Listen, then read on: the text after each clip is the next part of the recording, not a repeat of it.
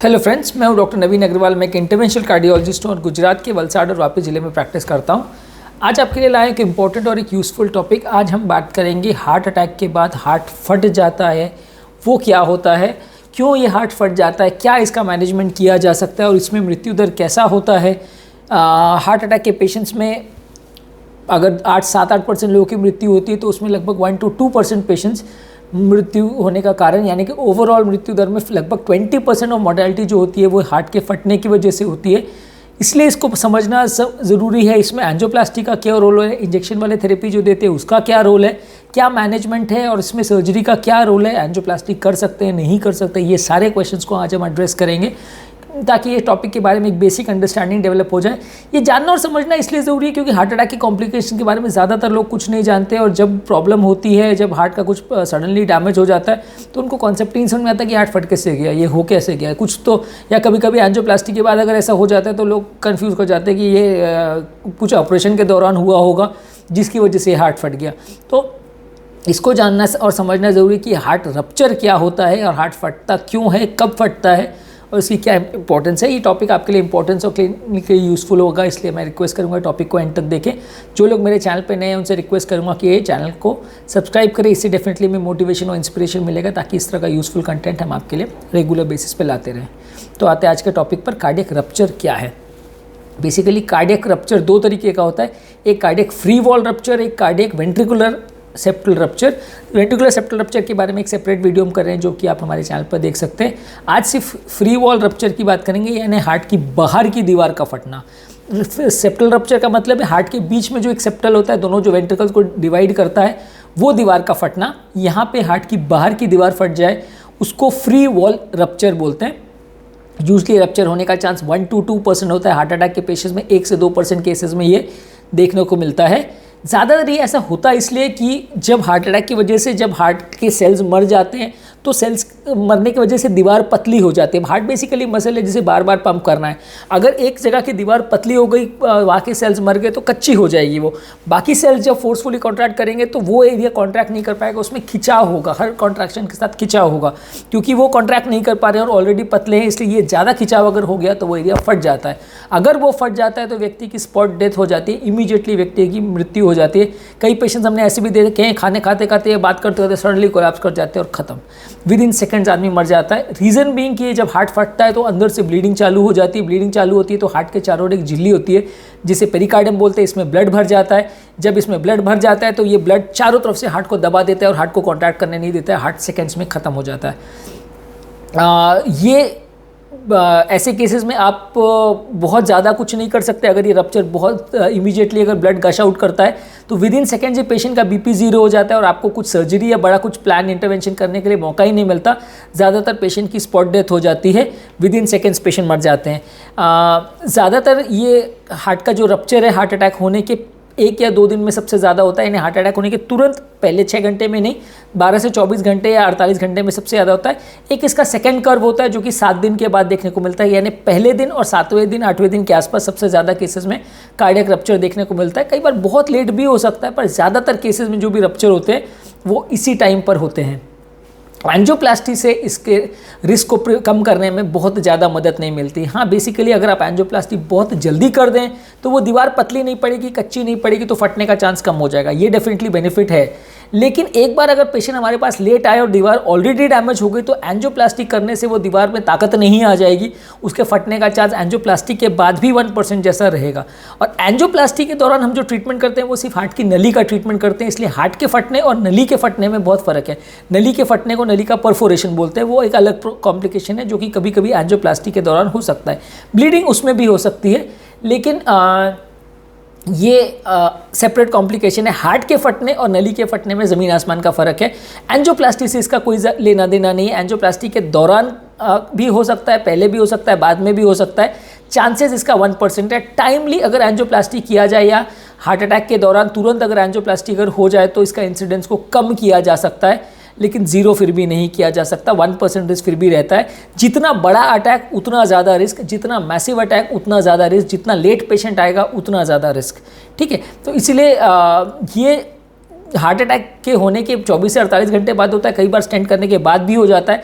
इसीलिए ही ये जानना और समझना ज़रूरी है, क्योंकि रिलेटिव्स कई बार कंफ्यूज करते हैं कि एंजियोप्लास्टी हो गई, ये कहाँ से हार्ट फट गया, ये क्या हो गया, पेशेंट तो हमारा मर गया पर ये हुआ क्या, हुआ क्यों, लोग प्रोसीजर को ब्लेम करते हैं। तो ये समझना ज़रूरी है कि कार्डियक रप्चर एक कॉम्प्लिकेशन है, हार्ट अटैक के पेशेंट में 1-2% में होता है।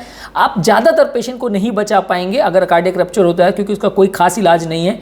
लेकिन एंजियोप्लास्टी से टाइमली या जल्दी एंजियोप्लास्टी कर देने से इसका रिस्क कम हो जाता है, ज़ीरो नहीं होता। कभी कभार जितना एंजियोप्लास्टी होने के बाद भी इसका रिस्क हो जाता है। हम जो पेशेंट को बोलते हैं कि एंजियोप्लास्टी तुरंत करना चाहिए, हार्ट अटैक के पेशेंट में इमरजेंसी एंजियोप्लास्टी करना चाहिए, उसका रीज़न यही है कि जितना आप लेट करते जाओगे उतना टिश्यू मरते जाएगा, उतना सेल्स खत्म होते जाएंगे, उतना ये रप्चर और प्रॉब्लम्स होने का चांस बढ़ते जाएगा। और कई बार ये रप्चर 7 दिन बाद, 10 दिन बाद, 1 महीना बाद घर जाने के बाद भी सडनली पेशेंट कोलैप्स हो जाता है। और अगर ये कोलैप्स सडनली बंद होता है तो अगर पेशेंट हॉस्पिटल में भी हो तो भी हम मोस्ट ऑफ द टाइम्स कुछ नहीं कर पाते हैं। अगर घर से पेशेंट को लाने का सोचे तो वो पॉसिबल ही नहीं है, उसमें तो उतना टाइम तो पेशेंट डेफिनेटली दे देगा, 1 या 2 मिनट के अंदर ही पेशेंट खत्म हो जाएगा। इतना मैसिव ब्लीडिंग होता है और आप ये ब्लीडिंग को रोक नहीं सकते, क्योंकि हार्ट में ही सारा ब्लड जाता है। अब हार्ट का ब्लड सप्लाई थोड़ी रोक सकते हो। हाथ पाँव का ब्लड अगर कहीं ब्लीडिंग हो रही है तो आप वो उंगली में बांध दोगे या हाथ में बांध दोगे तो ब्लड सप्लाई कम हो जाएगा, तो ब्लीडिंग कम हो सकती है। पर हार्ट का ब्लड सप्लाई कहाँ से रोकोगे? हार्ट तो पूरे शरीर को ब्लड दे रहा है, अगर फट गया तो विदिन सेकेंड्स आदमी खत्म हो जाता है। और ऐसे केसेस में एंजियोप्लास्टी के बदले जो खून पतला करने के इंजेक्शन दिए जाते हैं उससे उल्टा इनका चांस बढ़ जाता है।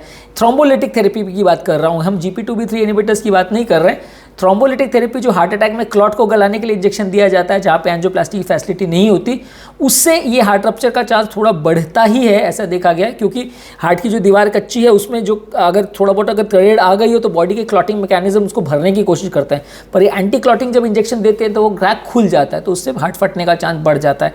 बहुत नहीं बढ़ता, पर एक हाइपोथेसिस है कि थोड़ा सा बढ़ सकता है। तो इसलिए ये इंजेक्शन भी हालांकि देना तो ज़रूरी है अगर एंजियोप्लास्टी अवेलेबल नहीं है या पेशेंट अफोर्डेबल नहीं है, पर लेकिन इंजेक्शन देने से हार्ट अटैक में कार्डियक रप्चर का चांस ज़ीरो नहीं हो जाता, थोड़ा सा उल्टा बढ़ता ही है, कम नहीं होता है। अब इसके मैनेजमेंट के बारे में बात करेंगे। अगर ये हो गया तो क्या कर सकते हैं? ज़्यादातर केस में तो कुछ नहीं कर पाते, विद इन सेकेंड्स पेशेंट मर जाता है। कई बार हार्ट के चारों जो झिल्ली हो उसमें नीडल डाल के ब्लड को निकाला जा सकता है ताकि हार्ट का दबाव कम हो जाए। पर अगर हार्ट फटा हुआ है और ब्लीडिंग अंदर से चालू है तो आप अगर नीडल डाल के निकालते भी जाओगे तो आप जितना निकालते जाओगे ब्लड भरते जाएगा, तो पेशेंट को आप नहीं बचा पाओगे। हार्ट का ब्लड सप्लाई तो आप रोक नहीं सकते। कभी कभी एक कंटेन रप्चर करके होता है, जिसमें क्या है, हार्ट की दीवार फट तो गई है लेकिन क्लॉटिंग मैकेनिज्म से वापस से थोड़ा गैप भर गया है, यानी जो रेंट है वो छोटा सा है, थोड़ा सा लीकेज हुआ लेकिन बंद हो गया, तो वहाँ पे आप नीडल एस्पिरेट करके ब्लड को निकाल दो और अगर लीकेज वापस ना हो तो व्यक्ति को बचाया जा सकता है। लेकिन ज़्यादातर ये बहुत कम अगर ब्लड हो तो ये नीडल एस्पिरेशन नहीं करना चाहिए, क्योंकि इसमें प्रॉब्लम क्या होती है कि जैसे आप नीडल वो करते हो, बाहर का पेरिकार्डियम का प्रेशर जैसे कम होता है, ये जो बंद हुआ रेंट है वो वापस खुल जाता है और फिर ब्लीडिंग वापस चालू हो जाती है। तो नहीं मरने वाला पेशेंट भी कभी कभी इस एस्पिरेशन के दौरान मर सकता है। तो इसलिए ब्लड निकालने का टेक्निक बहुत ज़्यादा सक्सेसफुल नहीं है। अगर कार्डियक रप्चर का पेशेंट है, ट्राई किया जा सकता है, खासकर कंटेन रप्चर में, लेकिन इसमें बहुत अच्छे रिजल्ट नहीं मिलेंगे। ओपन हार्ट सर्जरी एकमात्र तरीका है जिससे हम पेशेंट को बचाया जा सकता है। अगर पेशेंट सर्जन को टाइम दे और ऑपरेट किया जा सके तो ओपन हार्ट सर्जरी करके इस छेद को बंद किया जा सकता है और वो जो लीकेज हुआ है उसको रिपेयर किया जा सकता है। ऐसे केसेस में भी लेकिन इवन सर्जरी के भी रिजल्ट्स बहुत अच्छे नहीं आते। 2 कारण हैं।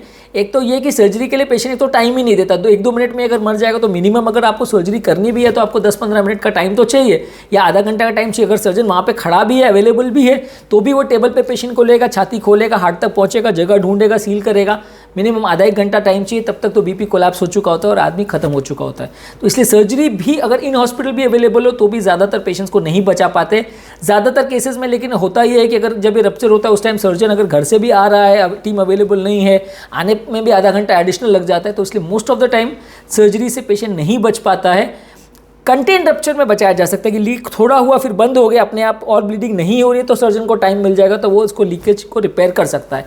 लेकिन रिपेयर करने में भी ये है कि वो टिश्यू इतना फ्रेजाइल, इतना फ्राइबल, इतना कच्चा होता है कि सर्जन जो सूचर्स लेता है वो भी गिव अवे कर जाते हैं और कई बार उसमें भी ब्लीडिंग वापस सर्जरी के बाद भी हो जाती है। तो इसलिए सर्जरी के बाद भी 40-50% से ज़्यादा ही लोग नहीं बच पाते हैं। कुछ लोगों ने एक्सपेरिमेंटली इसमें डिवाइस क्लोजर्स वगैरह करने का भी ट्राई किया कि जो छेद है उसमें जो हार्ट के छेद को बंद करने के लिए बटन यूज़ करते हैं नॉर्मली बच्चों वाले डिजीज़, कंजेनाइटल हार्ट डिजीज़ में, वो वाले डिवाइसेस इसमें ट्राई किए हैं लोगों ने, लेकिन बहुत अच्छे रिजल्ट्स नहीं आते। यूजुअली डिवाइस क्लोजर भी अगर करते हैं तो बहुत परफेक्ट रिजल्ट्स इसमें नहीं आते। और लॉन्ग टर्म इसमें प्रॉब्लम्स आती ही है, पेशेंट को, ज़्यादातर पेशेंट नहीं बचते हैं। इसमें एक और बड़ा इशू होता है कि जैसे पेशेंट अगर हॉस्पिटल में आता है जब हार्ट अटैक लेके, तो उसको खून पतला करने की दवाई तुरंत ही दे दी जाती है, जो कि हार्ट अटैक में स्टैंडर्ड प्रोटोकॉल है। पर अगर उसके बाद सडनली रप्चर हो गया तो फिर वो बहुत बड़ा इशू हो जाता है सर्जन के लिए, क्योंकि सर्जन को जब छाती खोलना है तो अगर ये खून पतला करने की दवा बॉडी में ऑलरेडी दी जा चुकी है तो खून पतला हो चुका है, ये दवा का असर 5 दिन तक रहता है बॉडी में, तो सर्जन को उसको रिवर्स नहीं कर सकता। अगर सर्जन उसको ऑपरेट करता है तो इतनी ब्लीडिंग होगी कि सर्जन ब्लीडिंग नहीं रोक पाएगा। और खून पतला करने की दवा अगर उसको काउंटर करने के लिए ब्लड और चढ़ाया भी गया तो कई बार इतना ब्लड भी देना पड़ता है पेशेंट को कि ब्लीडिंग रुकती ही नहीं है और ब्लीडिंग होकर ही पेशेंट मर जाता है। तो ये एक बहुत बड़ा प्रॉब्लम होता है एंटीप्लेटलेट का, जिसकी वजह से सर्जरी कई बार बहुत मुश्किल हो जाती है कि पेशेंट को अगर स्ट्रॉन्ग एंटीप्लेटलेट दवा दिया गया है, खासकर अगर न्यूअर एंटीप्लेटलेट दवा दिया गया है जो कि हार्ट अटैक के लिए आजकल प्रासुगुलर और टिकाग्लोर दिया जाता है, ये इतने ज़्यादा स्ट्रॉन्ग और पोटेंट रहते हैं कि हालांकि ये कार्डियक रप्चर नहीं करते हैं, ये दवाई कार्डियक रप्चर नहीं करती है, लेकिन सर्जन के लिए बहुत बड़ी मुसीबत बन जाती है, माथापच्ची बन जाती है, सर्जन को ऑपरेट करने में बहुत ज़्यादा दिक्कत आती है। और ऐसे केसेस में अगर आपने एंजियोप्लास्टी किया भी तो वो उल्टा फ़ायदा नहीं करेगा, पेशेंट को नुकसान करेगा। मतलब जिस नली के वजह से हार्ट अटैक है, अगर आप जाके उस नली को स्टेंट करने की कोशिश करोगे तो ये कुछ फ़ायदा नहीं करेगा, क्योंकि डैमेज कहीं और है। आप स्टेंट करोगे नली में, डैमेज तो मसल में हो चुका है, मसल फट चुकी है, तो आप अगर वहाँ पे स्टेंट करने भी जाओगे तो कुछ फ़ायदा नहीं होगा। और उल्टा जब आप स्टेंट करने जाते हो तो आपको उसके लिए, उसको कवर करने के लिए स्ट्रॉन्ग खून पतला करने की दवा कंटिन्यूली देना पड़ता है ताकि वो स्टेंट में क्लॉट ना हो। तो वैसे टाइम पर अगर आप फॉरेन बॉडी वहाँ पर डालोगे और फिर सर्जरी के लिए लेना है पेशेंट को तो बड़ी मुसीबत बन जाती है। तो ऐसे केस में अगर सर्जरी के मतलब एंजियोप्लास्टी के बाद अगर तुरंत कार्डियक रप्चर होता है तो अगर नहीं आपने स्टेंट किया तो बिल्कुल मत करिए, करने का कोई फ़ायदा नहीं होगा, उल्टा पेशेंट को दिक्कत ही होगी। पर अगर स्टेंट करने के बाद कई बार बुरी किस्मत की वजह से हार्ट फट गया तो मैनेजमेंट और ज़्यादा मुश्किल हो जाता है, क्योंकि खून पतला करने की दवा ऑलरेडी चालू है, बंद करे तो मुसीबत, और ना बंद करे तो इतना ब्लीडिंग होगा कि वो मैनेज नहीं हो पाएगा, बंद किया तो स्टेंट में क्लॉटिंग हो जाएगा। तो इसलिए ऐसे किसी भी पेशेंट में जहाँ कार्डियक रप्चर हो रहा है या होने वाला है, ऐसा अगर कार्डियोलॉजिस्ट को लगता है इको वाइज, तो वहाँ स्टेंटिंग नहीं करना चाहिए, कुछ फ़ायदा नहीं होता है। यही एकमात्र रीज़न भी है कि नॉन वाइबल टिश्यू में लोग एंजियोप्लास्टी नहीं भी करते हैं। जो नॉन वाइबल या कम वाइबल एरिया है उसमें हार्ट के फटने का चांस कई गुना ज़्यादा रहता है, तो वहाँ पे एंजियोप्लास्टी करके भी वो हार्ट को आप जिंदा नहीं कर सकते, टिश्यू को जिंदा नहीं कर सकते, हार्ट के फटने का चांस कम नहीं कर सकते, उल्टा स्टेंट डालने से ऐसे में मुसीबत ही हो जाती है। तो इसीलिए अगर एरिया जिंदा नहीं है तो नॉन वाइबल टिश्यू में स्टेंट नहीं करना चाहिए। वाइबिलिटी के बारे में हमने ऑलरेडी एक सेपरेट वीडियो किया जो कि आप मेरे चैनल पर देख सकते हैं कि जिंदा और नहीं जो एरिया जिंदा है उसमें क्या डिफरेंस होता है और क्या कॉन्सेप्ट्स होते हैं इसके, उसको अपने एक और टॉपिक में सेपरेटली डिस्कस किया है। ज़्यादातर इस तरह के पेशेंट्स में मृत्यु दर ऑलमोस्ट 80 to 90% रहता है। इवन विथ ट्रीटमेंट या इवन विथ सर्जरी ज़्यादातर पेशेंट्स नहीं बचते हैं, उनको बचा पाना मुश्किल होता है। कार्डियक रप्चर हार्ट अटैक के पेशेंट में 1 से 2% केस में होता है, लेकिन जब भी होता है उसमें से 80 to 90% लोग मर जाते हैं। सिर्फ वही पेशेंट बच पाते हैं जिसमें ब्लीडिंग बहुत ज़्यादा नहीं है या छेद बहुत छोटा है, थोड़ी सी ब्लीडिंग होकर रुक गया अपने आप, तो ही डॉक्टर या सर्जन उसको ऑपरेट करके बचा सकता है। अदरवाइज ज़्यादातर पेशेंट इसमें फ्री वॉल रप्चर में नहीं बचते हैं। और इसका एंजियोप्लास्टी से कोई ज़्यादा लेना देना नहीं है, जल्दी एंजियोप्लास्टी करके आप इसका रिस्क को कम कर सकते हैं, लेकिन अगर लेट एंजियोप्लास्टी हुए तो इसमें ज़्यादा फायदा नहीं होगा। इसलिए भी मैं इस बात को बार बार बोलता हूँ कि एंजियोप्लास्टी तुरंत करना इसलिए आवश्यक है क्योंकि जो मृत्यु का दर कम होगा वो जल्दी एंजियोप्लास्टी से ही होगा, लेट जितना होता जाएगा रिजल्ट उतना अच्छा नहीं आएगा। आज के टॉपिक में हमने डिस्कस किया कि ये फ्री वॉल रप्चर या हार्ट की दीवार फटना क्या होता है और इसमें क्या प्रॉब्लम्स और इश्यूज़ आते हैं, क्यों इसका मैनेजमेंट डिफ़िकल्ट है और इसमें क्या किया जा सकता है, क्या नहीं किया जा सकता है, इसके रिस्क फैक्टर्स क्या हैं, इस बारे में बात की। जिन लोग को बड़ा हार्ट अटैक है, मैसिव हार्ट अटैक है और उम्र दराज पेशेंट्स है, उस सब में इसका रिस्क कई गुना ज़्यादा रहता है। जो लोग मेरे चैनल पे नए हैं उनको बता दूं कि मेरे चैनल का कॉन्सेप्ट ये है कि हार्ट और हेल्थ से रिलेटेड साइंटिफिकली करेक्ट इन्फॉर्मेशन हम आपके लिए इजीली अवेलेबल एक्सेसिबल करते हैं, ताकि इस तरह के इन्फॉर्मेशन के लिए आपको भटकना नहीं पड़े, आपको ये इन्फॉर्मेशन एक ही जगह पे अवेलेबल हो जाए और आप इसको समझ सके, अपने पेशेंट्स की बेहतरी के लिए इनको यूज़ कर सके। इस तरह के कॉन्सेप्ट को समझने के लिए लोग डॉक्टर्स और फ्रेंड्स और रिलेटिव्स के पीछे भागते हैं। डॉक्टर्स कई बार टाइम कंस्ट्रेंट की वजह से सारी चीज़ें नहीं बता पाते हैं और फ्रेंड्स और रिलेटिव्स से मिली हुई इन्फॉर्मेशन कई बार आधी सही आधी गलत होती है, जिसको फॉलो करने से फ़ायदा होने के बदले नुकसान हो जाता है। इसलिए हम चाहते हैं कि कंटेंट आपके लिए इजीली एक्सेसिबल रहे, ताकि आप इसको समझ सके, अपने पेशेंट की बेहतरी के लिए इसको यूज़ कर सकें। यदि आपको हमारे चैनल का कॉन्सेप्ट अच्छा लगता है तो वीडियो को लाइक कीजिए, चैनल को सब्सक्राइब कीजिए। यदि आपको लगता है कि कंटेंट आपके फ्रेंड्स और रिलेटिव्स के लिए यूज़फुल है तो इसको लिंक को उनके साथ शेयर कीजिए। और यदि आपको लगता है कि फ्यूचर में कोई और टॉपिक्स पर हमें वीडियोस बनाने चाहिए या इस टॉपिक के रिगार्ड्स में आपके कोई कमेंट्स हैं या व्यूज़ है, आप कुछ चीज़ क्लैरिफिकेशन चाहते हैं, तो नीचे डिस्क्रिप्शन बॉक्स में हमें बताइए। हम कोशिश करेंगे उन सारे कमेंट्स को रिप्लाई करें और आपकी क्वेरी को सॉल्व करें। सो दिस इज़ डॉक्टर नवीन अग्रवाल। मैं आपका तहे दिल से शुक्रिया अदा करता हूँ कि आपने मेरे टॉपिक को पूरा सुना, और आई होप कि आपको इससे ये टॉपिक क्लियर हो गया होगा और हार्ट फेलियर के बारे में आपका कॉन्सेप्ट क्लियर हो गया होगा, हार्ट रप्चर के बारे में कॉन्सेप्ट क्लियर हो गया होगा। जो लोग मेरे चैनल पे नए हैं उनको रिक्वेस्ट करूँगा कि चैनल को सब्सक्राइब करें। डेफिनेटली इससे हमें मोटिवेशन और इंस्पिरेशन मिलेगा ताकि हम फ्यूचर में इस तरह का कंटेंट फ्यूचर में आपके लिए लाते रहें। Thank you.